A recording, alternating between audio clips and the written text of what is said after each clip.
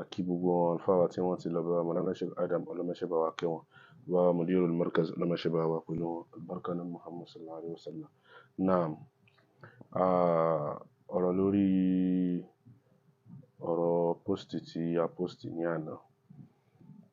Ọ̀pọ̀lọpọ̀ àwọn èèyàn ti pè mí, ẹlòmíì ò message, ẹlòmíì ò sọ oríṣiríṣi, àmọ́ gbogbo yín ò kàn mí, wallahi kò kàn mí, kò kàn mí, kò kàn mí, kò kàn mí. Wọ́n bú ànábì, wọ́n bú gbogbo àlùfáà wa, kò sí àfẹ́ ẹ̀sìn kan tó wá tí wọ́n bú. Kódà bó ṣe rùn kóhùn sán pé ó ṣe jẹ́ẹ́jẹ́ tó. Ẹ wo bàbá Alhaji àgbà, wọ́n ṣe gentle tó tẹ́ pé àfáà jẹ́ẹ́jẹ́, wọ́n tún lẹ́wọ̀n ní òkò. Kí ni wọ́n pè wà báwọn ṣe? So kí wá lè ara ṣe fáwọn tó fẹ́ dùn wá? Lẹ́ẹ̀ṣẹ̀ tí ó dùn wá. Kódà ọba tó dá wa, Ọlọ́run ọba tó ní wá, ọba tó dá gbogbo ayé, wọ́n pe Ọlọ́run ọba ń wèrè. Àyá Al-Qur'an ni, wọ́n pe Ọlọ́run ọba ní kíni, wọ́n pe Ọlọ́run ọba ní wèrè. So ẹ̀yin tẹ́ pe Ọlọ́run ọba ń wèrè, kí lẹ wá pè mí tí ó dùn mí? Kí lẹ fẹ́ pè tí ó dùn yẹn? So ẹ ti mọ̀ pé gbogbo eléyìí kò kàn mí, wallahi. Àmọ́ èyí tó wà ńbẹ̀ tá fẹ́ yanjú òun ni wípé bàbá Mufti Ilorin Maulana Sheikh Sulaiman Farouk al-Miskin Abdullah alfa wa ni wọ́n, wallahi. Olólùfẹ́ wa dẹ̀ ni wọ́n, ọ̀gá wa ni wọ́n. Torí náà sàrá ti wà ní Markaz ni wọ́n dẹ̀ ṣe kí ni wọ́n bẹ̀rẹ̀ iṣẹ́ Ọlọ́run ṣáájú wa. Ṣùgbọ́n tòun ti bẹ́ẹ̀ kò tóòtọ́. Gẹ́gẹ́ báwọn náà ṣe sọ nígbà tí ọ̀rọ̀ bàbá àgbà Maulana Sheikh Yahya Al-Fulani Wazirul Markaz nígbà ọ̀rọ̀ ó ṣe Sheikh Ibrahim kò ṣe Sheikh Ibrahim. Tán ní olólùfẹ́ mi ni kíní kan mi ni, kò tóòtọ́, bẹ́ẹ̀ ni kò tó ká sòótọ́ ọ̀rọ̀ fúnra wa. Àkọ́kọ́ òun ni wípé in tí ó fa everybody tí ń sọ̀rọ̀ lórí ọ̀rọ̀ Mufti òun náà ni wípé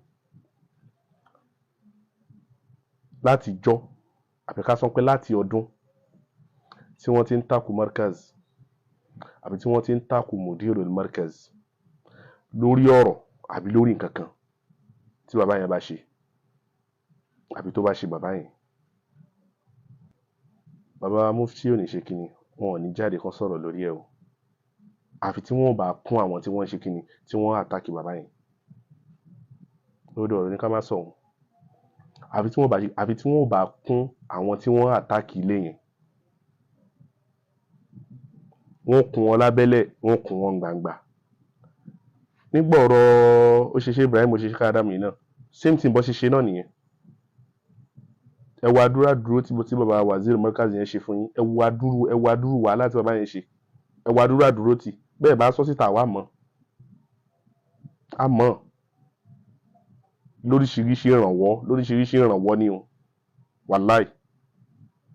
Okay, bàbá yẹn wá sọ̀rọ̀ kan nìyẹn. So nípa ọ̀rọ̀ ó ṣe súfí kò ṣe súfí. À ń bèèrè ó súfí ni bàbá yẹn. Yín wá ń sọ fáwọn ó súfí gbogbo àwọn Tìjàníyà, ẹ lọ wá mímọ̀. Ẹ kó lórí láíláí lálá kíní kan, ẹ lọ wá mímọ̀ gidi. Torí táwọn alùsùn náà fi ń wo yín náà mímọ̀ ni.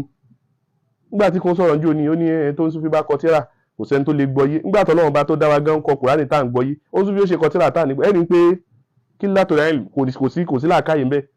Ó ní bàbá yẹn wá ń sọ fún yín pé ẹ ṣe kíni.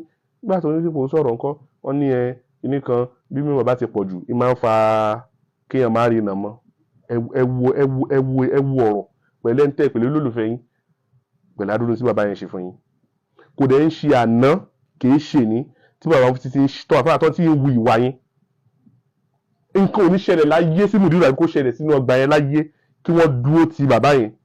Àfi tí wọ́n bá kún àwọn tí wọ́n ṣe kíni tí wọ́n lé bàbá yẹn lóko. Nígbà tí wọ́n bá lé bàbá yẹn lóko láti ta táwọn ará àta ń tafà fún wọn. Tẹ́yìn náà tẹ́ ẹjọ́ mọ kéwú àbí tẹ́ ẹjọ́ mọ náà ọgbà yẹn tẹ́ ẹ lè fara gba ọfà mọ́. Tẹ́ ẹ lè fara dí ogun mọ́ tó já sí pé ní ẹ̀yin náà tún wá mú ọrùn ẹ̀ fi sẹ́nu ọfà, ẹ̀yin náà wá ń ta fún bàbá yẹn. A sì ń bẹ̀rẹ̀ òun bẹ́ẹ̀ bá ti ṣe kíní kan náà bàbá Mudir Ọlọ́run má ṣe máa jẹ́ kẹ́mi wọ́n gùn. Bó lẹ̀mí yìí ó ṣe gùn níbo ìtẹ́ ń ṣe yìí. Bó lẹ̀mí yìí ó ṣe gùn níbo ìtẹ́ ń ṣe. Sọ pé kẹ́ ẹ gba ọ̀rọ̀ Abubakar àtànábì tí Mudir sọ. Àní kẹ́ ẹ gbà. Ṣùgbọ́n ọ̀rọ̀ sàábé kò ṣe sàábé yìí. Ó ṣe wá ní kàyéfì, ó dẹ̀ dùn wá. kódà ó bá wa lójijì ń pẹ́ yìí náà gbà pé Mudiru bú sàbí. ẹ máa pẹ́ ṣèbó ṣe tẹ̀fsíìrì títí ẹ ní ṣèbó ó sòótọ́ ọ̀rọ̀ ní ó ṣe kíníkan kíníkan ọ̀tọ̀ lóòótọ́ ọ̀tọ̀ lódodo. tó bá jẹ́ kó fẹ́ sọ òdodo ọ̀rọ̀ ni òdodo ọ̀rọ̀ láti ọdún tí wọ́n ti ń gbé ọ̀rọ̀ ó bú sàbí kò bú sàbí jáde ló yẹ kí wọ́n ti ṣe tẹ̀fsíìrì yẹn àbí àgbàwẹ̀ látọdún yẹn ni àgbàwẹ̀ àmọ́ wọn ò rí tẹ̀fsíìrì yẹn ṣe pé bú sàbí kò bú sàbí.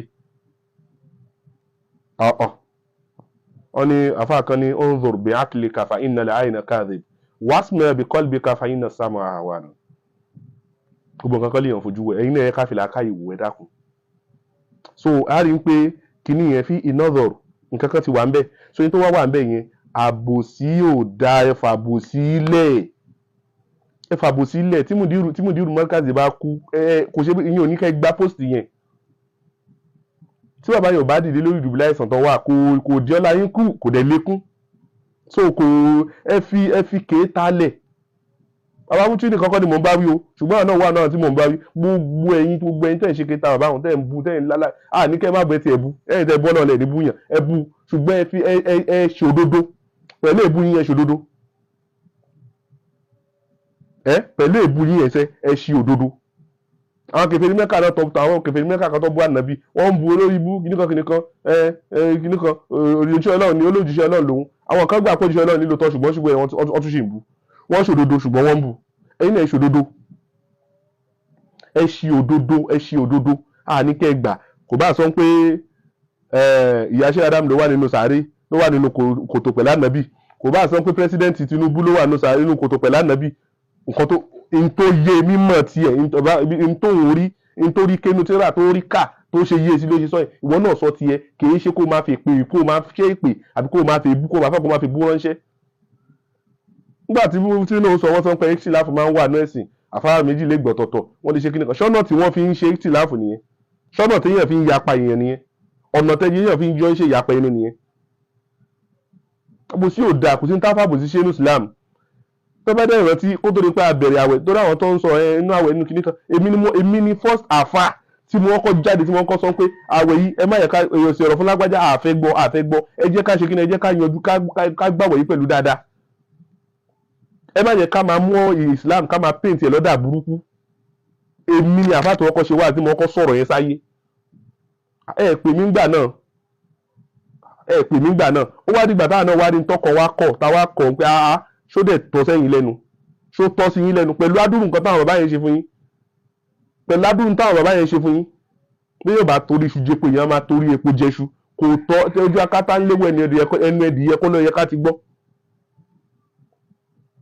ó ń bẹ́nu àwọn àgbàfà kan tí mo forúkọ bò wọ́n láṣìírí a sọ̀rọ̀ láìpẹ́ yìí àwọn fúnra wọn sọ fún mi lórí fóònù pé ọ̀rọ̀ yín àwọn gbòòrò gbà á ṣùgbọ́n tó ti bẹ́ẹ̀ kò bọ́ síta kó jókòó kó sọ pé nǹkan tí Mudiru sọ yẹn rárá wọ́n láwọn gan o kódà àfáàsùmọ̀lá kan gan sọ láìpẹ́ yìí pé àwòrán yẹn náà àwọn náà gbà wọlé ṣùgbọ́n ìyẹn ò dín Mudiru kù lọ́dọ̀ àwọn ìyẹn ò sọ pé káwọn wá bọ́ta káwọn wá kó sí wọn lẹ́nu padà àbí káwọn wá ṣe kíní kan lẹ́yìn ṣe kíní kí ara dákẹ́ gbà torí tó bá takò ẹ̀ lẹ́ni tó bá dọ̀la tó wọn náà bá padà kàn án bó ló wà fojú sí wọn lọ sọ náà wá ń post bí oníkíjẹ pa kíní kan